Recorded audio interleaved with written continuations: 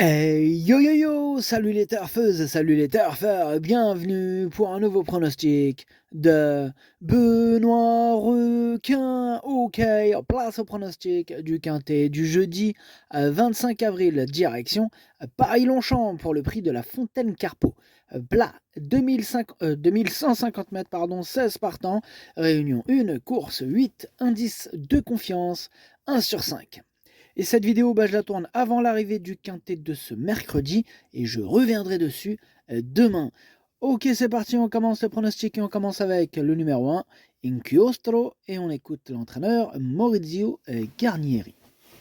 Inchiostro ne doit pas être jugé sur ses 2 dernières prestations où cela s'est mal passé. L'idéal, c'est de la courir cachée en bonne position, qu'elle soit bien détendue. La distance est peut-être un peu longue, mais j'espère que cela va aller. Elle a besoin de bon terrain, elle a sa chance si cela sèche. Elle était pas dure cette fin de phrase, elle a sa chance si cela sèche. Ah, c'est un peu comme les chaussettes de la duchesse sont archi sèches, je suis passé chez Soch, un peu tout ça quoi, bref. Ce numéro 1 du coup, lui je l'ai pas retenu, j'en ai préféré d'autres tout simplement. On passe au numéro 2, Swift Away, et on écoute Thiago Martins. Swift Away est en forme, il vient de montrer qu'elle pouvait être compétitive dans les handicaps en 38 de valeur. Sa marge n'est pas grande, mais la saison passée, elle avait montré que quand elle était en belle condition comme actuellement, elle détenait pas mal de qualité. La distance ne sera pas un problème et j'espère la voir très bien courir. Ouais, un peu comme ce numéro 1, comme le précédent cité, ce numéro 2, du coup, je ne l'ai pas retenu non plus. On enchaîne avec le numéro 3, Snuggles, et on écoute Ambolosiana Andrianzoa. Snuggles s'est imposé la dernière fois, faisant preuve d'une réelle aptitude aux pistes très lourdes, pénalisé de 7 livres, les données changent ce jeudi. Le terrain sera moins lourd et sera raccourci pour l'occasion car j'ai opté pour cette course face au seul jument. Pour toutes ces raisons, ce sera plus dur de jouer la victoire. Cependant, en étant toujours en forme, j'espère qu'elle se placera. Moi, il me plaît bien ce numéro 3, malgré la pénalisation, pardon. Je l'ai mis 5e. On passe au numéro 4, Santorina, et on écoute Mademoiselle Lucie Pontoire.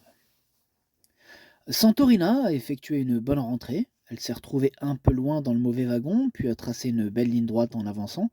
Cette fois-ci, c'est le gazon et une piste qui risque d'être très souple, voire lourde. Il faut voir comment elle va se comporter dans un tel contexte. Elle est bien. Je suis assez confiante si tout se passe bien. Bon, Mademoiselle Lucie Pontoire est confiante avec son numéro 4. Par contre, je ne l'ai pas retenu. Il est ouvert ce quintet. C'est ça le problème. Ils sont nombreux à pouvoir espérer se mêler à l'emballage final. Et ce numéro 4, c'est un regret. C'est mon deuxième cheval de complément en cas de ne portant attention. On enchaîne avec le Matao. Excusez-moi.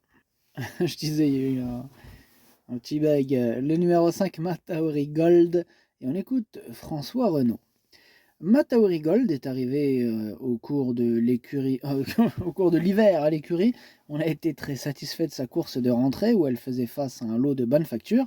Elle est restée en bonne forme, revient dans le handicap avec une valeur correcte et connaît bien le tracé de Paris-Longchamp.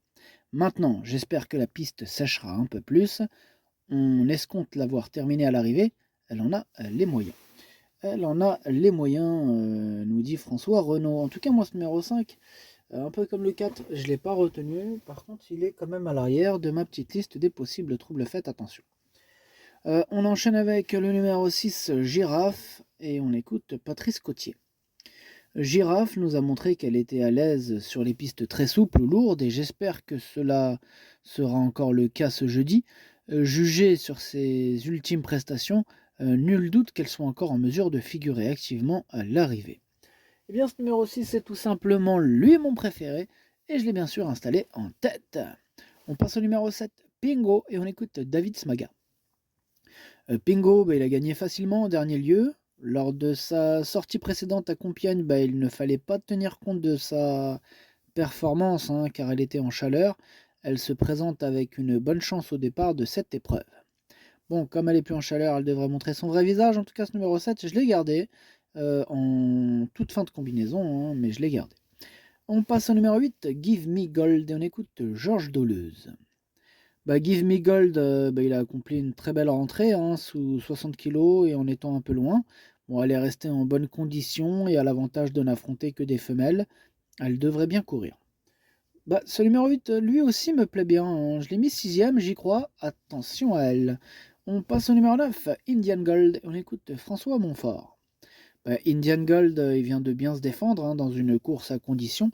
Je pense qu'elle va être à son aise sur cette distance et à l'avenir, on va pouvoir la rallonger encore. Sa forme est excellente et semble bien située sur l'échelle des valeurs. Dès lors, pour son retour dans un handicap et face au seul jument, j'en attends une bonne performance. Pareil, je suis très confiant que ce numéro 9, hein, il fait même partie de mes préférés. Je l'ai mis carrément 3ème. On passe au numéro 10, Dipsy, on écoute Eric Libaud. Dipsy, il a effectué une rentrée correcte et se présente dans les mêmes conditions que la dernière fois. Elle me paraît en bonne forme et j'espère la voir bien se défendre. J'espère bien aussi, étant donné que ce numéro 10, je l'ai gardé assez haut, hein. Lui aussi, j'y crois beaucoup, je l'ai mis 4ème.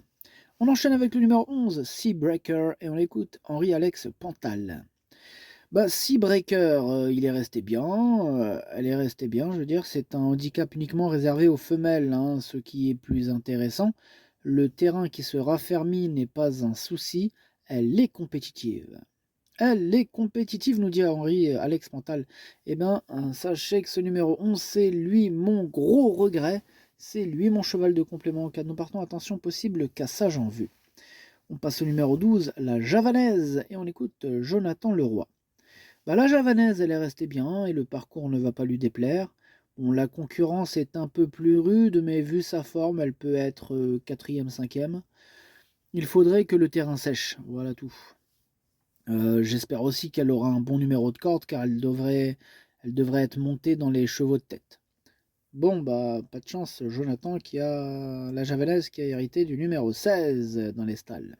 Alors, ce numéro 12, du coup, je ne l'ai pas retenu. On passe au numéro 13, One Point, et on écoute Didier Prodhomme. One Point a bien couru cet hiver par 2 fois dans les quintets. Depuis, elle devait recourir à Saint-Cloud, mais a été malade. Donc on a été obligé de lui faire un petit break. C'est une semi-rentrée, mais physiquement, elle est très belle. Donc je pense qu'elle devrait très bien courir. C'est un bon engagement face aux seules femelles. Sachez que comme elle attend, il faut un peu de réussite. Et oui, question de parcours avec One Point et toutes les autres d'ailleurs. C'est toujours une question de parcours. De toute façon, ce numéro 13 me plaît bien, mais je l'ai gardé plutôt en bout de combinaison. On passe au numéro 14, Looking at Me, et on écoute Paul de Chevigny. Looking at Me disposait d'un bel engagement et elle s'est montrée intraitable d'emblée pour sa rentrée. C'est de bon augure pour cette saison, hein, tout en sachant qu'elle n'a toujours pas pu gagner à ce niveau en plusieurs tentatives. Néanmoins, en très belle forme actuellement, j'en escompte une bonne prestation, à condition que la piste ne soit pas trop souple. Et c'est la condition pour Looking at Me d'après Paul de Chevigny. Moi, ce numéro 14, je l'ai gardé très haut, il fait partie de mes préférés. Je pense qu'elle peut frapper un grand coup, je l'ai mis 2ème. On passe au numéro 15, Chic to Chic, et on écoute Édouard Montfort. Chic to Chic, elle n'a pas apprécié la piste très lourde de Saint-Cloud en dernier lieu. Cette fois, elle trouvera un terrain plus à sa convenance et face au seul jument, la partie sera sans doute un peu plus facile. De plus, le raccourcissement de la distance ne la dérangera pas. À l'issue d'un parcours sans encombre, elle peut accrocher une place.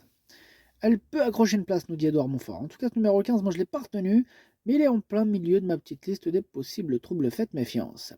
Et on termine avec le numéro 16, Lorne, et on écoute Adrien Foissier. Lorne a très bien couru en dernier lieu, et là, franchement, je pense qu'elle va bien se comporter. Elle devrait être dans le quintet. Ils sont pratiquement tous confiants pour terminer dans le quintet, hein. Il est vraiment ouvert ce quintet. Ça peut partir dans tous les sens, hein. Méfiance.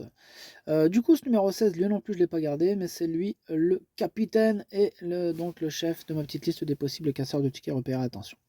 Le pronostic, ça donne 6, 14, 9, 10, 3, 8, 13, 7. Merci d'avoir suivi cette vidéo. N'hésitez pas à mettre un pouce bleu si la vidéo vous a plu.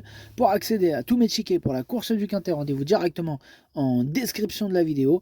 À jouer avec modération. Bonne chance. Chopez-le moi. Ciao.